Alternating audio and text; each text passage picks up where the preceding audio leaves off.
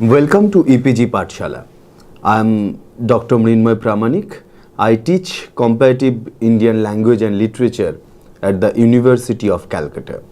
Now we will discuss about Dalit aesthetics. Dalit aesthetics is very significant contribution in the Indian tradition of thought on poetics and literary theory, because Indian thoughts on literary theory had been developed in ancient and medieval India with the great scholastic contribution of Sanskrit theorists, rhetoricians, and in medieval period we can find the Persian poets, scholars, historians and literary historians. They had contributed enough in the literary theory of India, in the thought of literary theory in India. After that, in colonial period, actually we being colonized, we started to imitate our colonial lord, and the European knowledge, culture, the historiography, philosophy, science and methodology of reading, writing, literature actually were adopted from Europe, and all these European knowledge was penetrated into Indian culture, and because of that we found a hybrid culture in theoretical understanding also. When we use some theory to evaluate, to read, to analyze our literature or history, we actually borrow or adopt theory from Europe or from other Western countries. So during the colonial period there is a great lack in the theoretical development in India, which can be identified as purely Indian theory. So Dalit aesthetics has its immense significance in this historical background, that in a post-independent era we contributed a new aesthetic theory, a new literary theory to address a particular category of literature, and that is Dalit aesthetics. Dalit aesthetic theory has its similarity with what we call today subaltern theory or subaltern literature, African American literature, as well as the problem play and the drama of ideas. Dalit aesthetic is indigenous and is firmly rooted into Indian society, culture and politics. In Indian literature, the use of untouchability as a theme is not actually new. So many upper class, upper caste or Bhadralok writers, they were very much, many of them were very much sympathizer towards the untouchability, towards the oppression of untouchable people, and caste consciousness is actually a motif in the writings of 4th century saint poets, Bhakti poets.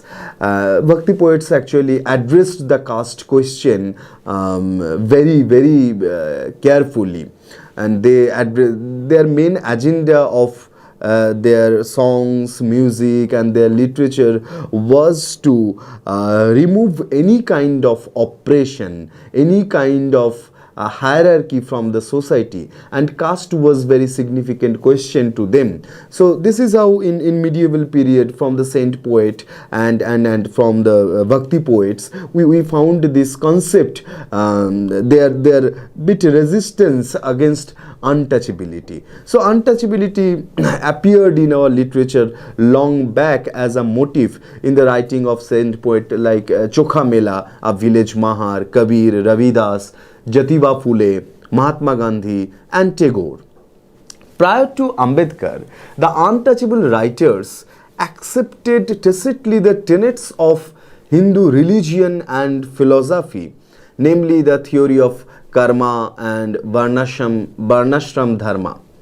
But at the same time, they regretted their miserable condition and despicable status in the society. Contemporary Dalit literature is Ambedkarite literature, in which there is a portrayal of agonizing reality and the expression of a radical revolt against the age-old, time-honored, defective tradition, conventions and dogmas of Hindu religion and Hindu society, what actually oppressed the lower class people. Dalit literature cuts at the very roots of Varnashram Dharma. According to Ambedkar, the root cause of social and cultural exploitation of the Dalits lies in the disparaging laws pertaining to the status of the Dalit ordained in ancient Indian scriptures of Hindu religion and philosophy. Contemporary Dalit literature portrays dreadful and humiliating events of Dalit world. It represents inequality, sorrow and misery of the oppressed class. Dalit literature tells us about the cultural conflict, of the socially, economically and culturally deprived groups of people, and it requires literature to be revolutionary, didactic and doctrinaire, because their literature cannot be only the literature written based on the traditional idea of beauty, because their literature is weapon to them to fight against any kind of social, cultural and economic oppression has been happening since the 1,000 years. And in this regard, Sharan Kumar Limbale, a famous author of the autobiographical novel Akkarmashi, and most significantly the first person to contribute to systematically contribute in the concept of Dalit aesthetics. His book written in Marathi, Dalit Sahityache Shaundarya Shastra, which is translated into English by Arun Kumar Mukherjee as Towards is an aesthetic of Dalit literature, and it is translated in several other Indian languages also. In this book, for the first time, we came to know the systematic understanding, systematic analysis and theorization of Dalit aesthetics. Though the ideas what he has used and the theoretical component what he has used in his this milestone masterpiece book, phenomenal work actually found in his ancestors or previous authors. He took ideas from Ambedkar, he took ideas from Marx, he took ideas from Negro or black authors, he took ideas from the Dalit scholars and Dalit literary figures who started writing since the time of Ambedkar. So he took all these things and he analyzed in his own fashion, and he offered the book of Dalit aesthetics, which itself is a claim against the caste oppression of Indian society, which has been happening since last more than 1,000 years. With regard to the definition of Dalit literature, most of the Dalit writers and critics are of the view that Dalit literature is not the literature of a particular caste. M.N. Wankhede defines Dalit in the following words. The word Dalit does not refer only to Buddhist and backward class people, but also to all those who toil and are exploited and oppressed. This definition is in accordance with that given by Baburao Bagul in the Dalit Literary Conference in Mahad. Hence, Wankhede holds the view that Dalit literature deals with the life of Dalits and also with the life of all those who toil and are exploited and oppressed. This definition of Dalit literature laid down at the conference brings home to us the Dalit writers, unlike African and American writers, are integrationist.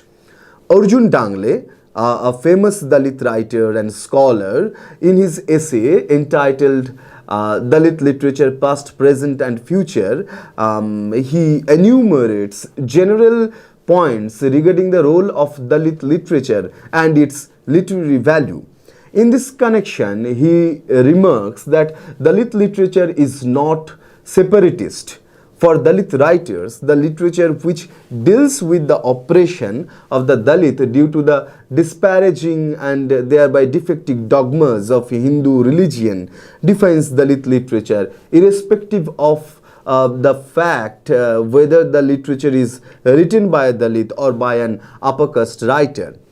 Though there is a long going debate on the issue that who are Dalits and who can write the Dalit writers, because some people also argue that all the lower caste people cannot be considered as Dalit. Those are Dalit people who have the caste oppression, who have been oppressed by the caste question, which is actually promoted and which is kept alive by the Hindu upper caste and the Hindu society, Hindu religious system.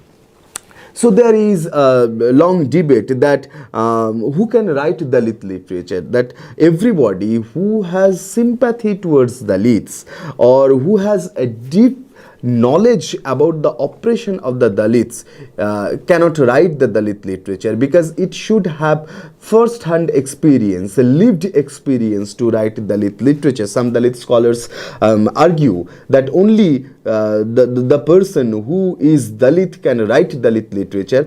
None of the upper caste person can write Dalit literature in spite of having all the experiences from the Dalit people. But in other side, some scholar argues that if any upper caste or non-Dalit has their sympathy and very real and true experience about Dalit oppression, can write Dalit literature. So this is ongoing debate, and there is no conclusion about this, that we can claim that this is Dalit literature or this is not Dalit literature. But it is popularly understood, popularly known that Dalit literature is written by Dalit with the sense, with the experience, with their emotion, with their experience of oppression and the feeling of revolt, resistance and movement, revolution against any kind of cultural, economic, social or caste oppression. Those kind of literature or literary text can be considered as Dalit literature. Dalit aesthetics, from an unabashedly Brahminical position, might appear an oxymoron in itself, for the simple reason that aesthetics as such is believed to be the sole preserve of the twice born. The presumption is that Dalits, being low caste, are uncivilized enough to have any sense of aesthetics. Now this is the problem. I mean, when somebody claims that Dalit being lower caste, being not having any kind of sense of beauty or not having any experience of living with beauty, cannot produce aesthetics. So when we claim like that, we actually receive aesthetics in very limited sense, in very narrow sense, in very narrow view, because aesthetics is not only based on the traditional sense of beauty.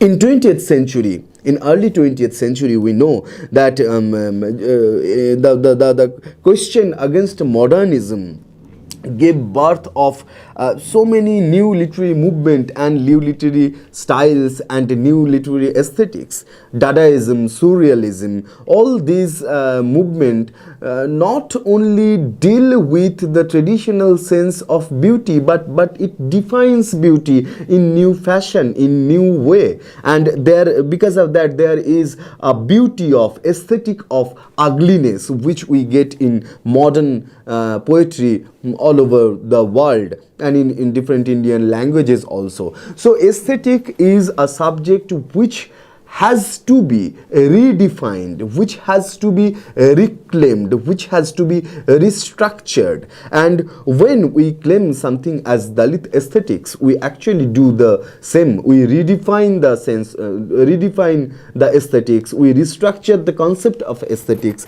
and we reframe the concept of aesthetics. And because of that, we actually put a new style, new fashion to write literature. Sharan Kumar Limbale very rightly pointed out, very rightly said that in previous day, in earlier day, the kings were used to be the subject of a novel, subject of literature, because people couldn't believe that the other people, the praja, or the any lower caste people or the common mass can be the hero, can be the protagonist, or can be the important subject of a novel. So all these things have been changed in due the course of the time. So the aesthetics, the concept of aesthetics also has to be changed when the literary subject is coming from the royal court, from the palace of king to the heart, to the shack of the common people. Then the whole concept of aesthetics has to be changed to understand this life. And that is why the claim on Dalit aesthetics, claim on aesthetics for separate aesthetics for Dalit actually appear, and it becomes more stronger. Sharan Kumar Limbale said that the Dalit literature is different from any other kind of literature, because Dalit literature is actually created from the sorrow, from the sadness, from the anguish, from the anger, from the oppression, from the movement, from the revolt, resistance. And this literature is assumed to be the weapon of the Dalit people or the common people, oppressed people. So this to understand this literature, we need a separate, a different kind of aesthetics and literary theory. We need a different kind of methodology to analyze such kind of literary text, and we need a different historiography to historicize such text in our literary policy system. Dalit aesthetics has undergone strategic shift since the Bhakti period, when for the first time some simmerings of discontent against the Brahminical orthodoxy were articulated by the low-caste Bhakti poets. The Bhakti movement, a socio-religious expression of the revolt of the masses, originated in Tamil Nadu but soon spread to Karnataka and Maharashtra, and eventually swept through the whole of North India. It is undeniable that the Bhaktas represented the aspiration of downtrodden people, downtrodden mass.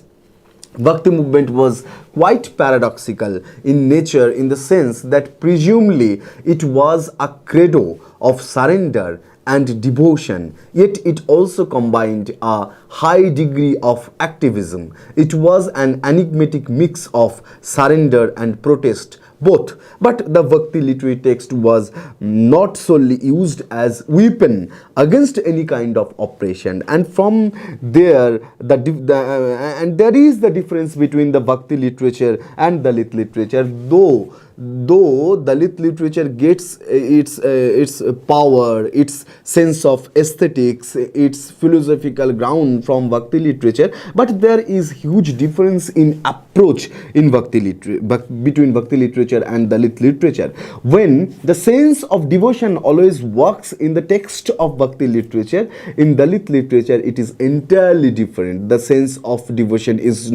doesn't work there, and instead of sense of devotion and surrender to someone, to supreme power or to God, instead of that, in Dalit literature there is anguish, anger, sense of oppression, emotion, sadness, sorrow, and the story of movement, revolution, revolt, resistance, etc. is there. So in that sense it is different. Sharan Kumar Limbale, in his book Dalit Sahitya Che Saundarya Shastra, he he also differentiated between Gramin Sahitya or village literature and Dalit literature, because village literature is generally written by upper caste people with the sense of friendship, with the sense of sympathy towards the downtrodden people, towards the oppressed people. But Limbale said that it cannot be the perfect representation of Dalit life,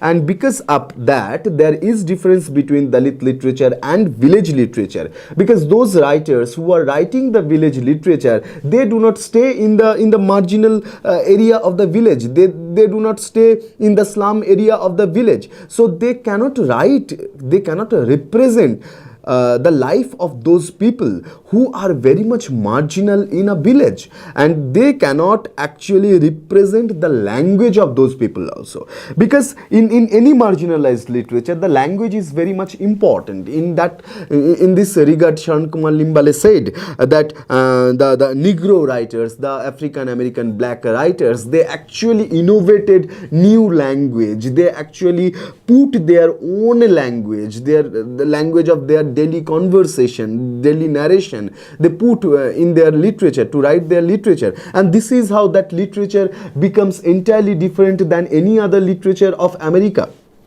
And their sorrow, their anguish, their anger only can be carried through such kind of words and their own language, and because of that there is difference between folk literature and Dalit literature, marginal literature or village literature and Dalit literature, because Dalit literature also needs their own language to express their own anger, own anguish and own lived experience, and such a historical reference Limbale took from the Negro writers, from the African American black writers. And if we see the Dalit aesthetics by Sharan Kumar Limbale, we can understand that there is great affinity between Afro-American writers and the Dalit writers in the sense of oppression. Both of them are oppressed and they had to do continuous revolution and movement against the upper caste society or the white society in case of Afro-American writers, and from this movement and the oppression, these both kind of literature have been emerged. So the Afro-American literature worked as a base to prepare the aesthetics, theory and the writing style, the use of language in Dalit literature. Dalit literature is very much influenced in that sense from the Afro-American writers, and Dalit literature is actually based on the philosophy of Ambedkar, because Ambedkar brought that renaissance among the downtrodden people, among the lower caste people. So Ambedkarite philosophy is most significant philosophical ground of Dalit literature. And Limbale also claimed that there is no difference between the Marxist philosophy and Marxism should be accepted, should be acknowledged by the Dalits, because Dalits oppression is not only the social oppression, but it is also a cultural oppression, also an economic oppression, because Dalits are instructed to do some work in a society, and it is actually instructed by the Hindu society. Those works they have to do, the works what do not have prestige, do not have honor, and do not have much money.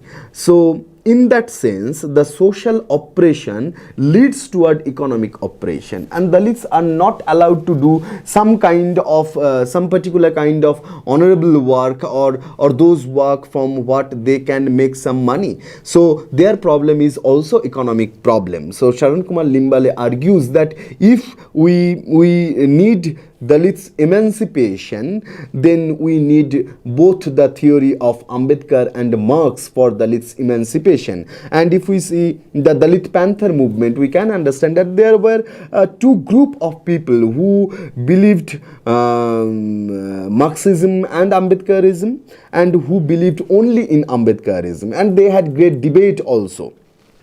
So Limbale's argument is to form an aesthetic of Dalit literature, to write a Dalit literature, one Dalit writer should acknowledge the contribution of Marxism beside the contribution of Ambedkarism, Ambedkarite philosophy. In his work on Dalit aesthetics, Sharan Kumar Limbale also found a difference between New Buddhist literature and Dalit literature. New Buddhists are those who followed Ambedkar when Ambedkar was converted into, or Ambedkar took Buddhism as his religion, and Ambedkar said that Buddhism is the religion of freedom to the Dalits, and a mass scale Dalits in mass scale, they converted into Buddhism. And those writers who are very much close to Ambedkar, and those writers who are very much fortunate to get the direct touch of Ambedkar and studied as first generation in the colleges Ambedkar established, they started writing New Buddhist literature. But there is difference between New Buddhist literature and Dalit literature, and Sharan Kumar Limbale actually pointed out it very nicely in his Dalit aesthetics. And from this, all this detailed study, that historical study, that from this diachronic study,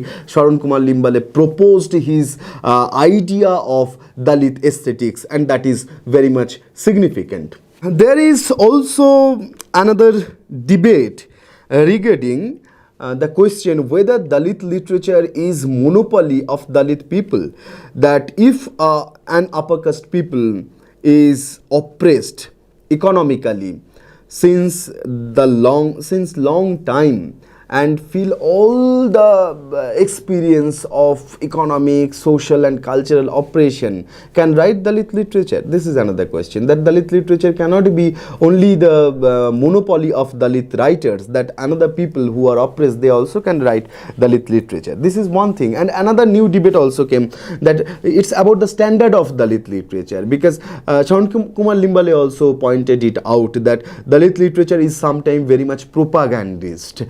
It doesn't have the artistic quality. Some writers only narrate the stories, only narrate their agenda. It becomes propagandist. So Limbale's suggestion is that we have our clear vision that why we are writing Dalit literature and what is the purpose of Dalit literature. But we have to keep in mind that Dalit literature should not avoid the quality of writing literature. They should not avoid the style of writing literature. They should maintain the quality, but they should not forget their agenda, their ambition, their objective, their mission of writing Dalit literature and purpose of Dalit literature, because this is very much purposive act. So some scholars, some critics also ask that Dalit literature is not standard writing. It doesn't go at par with the mainstream literature. Actually, this is again the same question, that whether Dalit aesthetics is possible, because the standard is actually a traditional concept. Standard is actually preconceived notion, and standard always can be changed. But Limbale's argument is that Dalit writers should be careful about their writing style, and they should take enough care about their writing. So these are the issues coming out day by day regarding the issues of Dalit literature. But when Sharan Kumar Limbale was defining Dalit literature, he was taking Dalit literature in a quite broader way, that he was including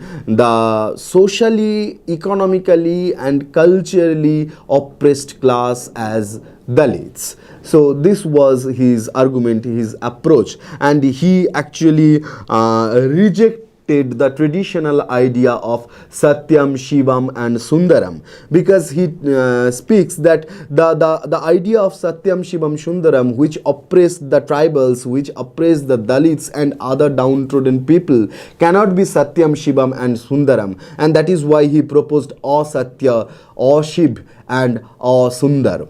And this is how he initiated initiated the possibility of Dalit aesthetics, and the further work can be done from this seminal work, and we can talk about Dalit aesthetics more in from very context specific writing which are found in different languages in Indian Dalit writings. For example, I can take I can say about Bengali Dalit writers and Dalit literature. The most of the Bengali Dalit writers are actually migrated from East Bengal, now Bangladesh, during the partition, and so they had double operation here, being Dalit and being lower caste and being the people or being a refugee.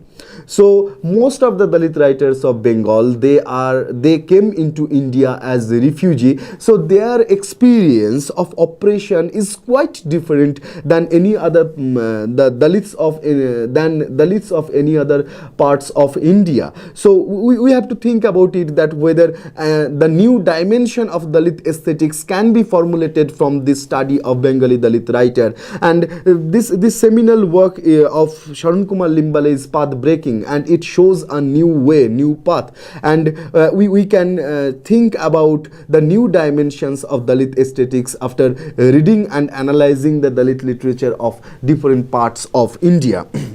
The quotation whatever I mentioned here in this lecture, you can find with all the references in e-text. For further reading, you can consider the e-text provided here. There is a further reading list and all the references. For your interest, you can see all the references, the web data, whatever the web document whatever used in my lecture, you can find with all the details and acknowledgement here in e-text. And for the detailed reading on Dalit literature, you consult the e-text. Thank you.